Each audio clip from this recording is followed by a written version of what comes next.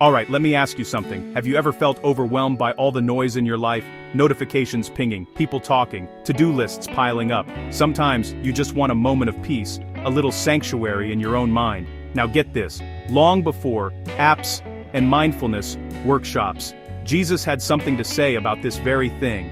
In the Gospel of Matthew he says, "When you pray, go into your room, close the door, and pray to your Father, who is unseen."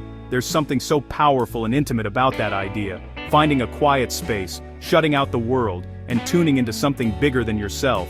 You might be thinking, that sounds a lot like meditation, and you're right. When Jesus talked about going into your room, your inner room, he wasn't just talking about a physical space. He was inviting us to step away from the chaos and into stillness. It's not about fancy words or public displays. It's just you, alone with your thoughts, opening your heart in silence.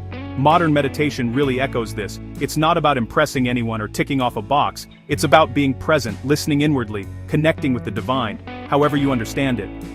In meditation, I focus on quieting my mind, letting go of distractions, and simply being. Isn't that exactly what Jesus was describing? Here's a little secret. Private prayer and meditation aren't separate things, but two sides of the same coin. Both invite us to slow down, breathe deeply, and create a space where we can be honest, vulnerable, and real. It's in that quiet, behind closed doors, that the most beautiful transformation happens. So, next time you feel overwhelmed, remember those words. Go into your room and close the door. Create that sacred space. Maybe it's a corner of your bedroom, or just a few minutes with your eyes shut at your desk. Let yourself be still. Listen. Pray. Meditate. Whatever you call it, it's about connection, within and beyond.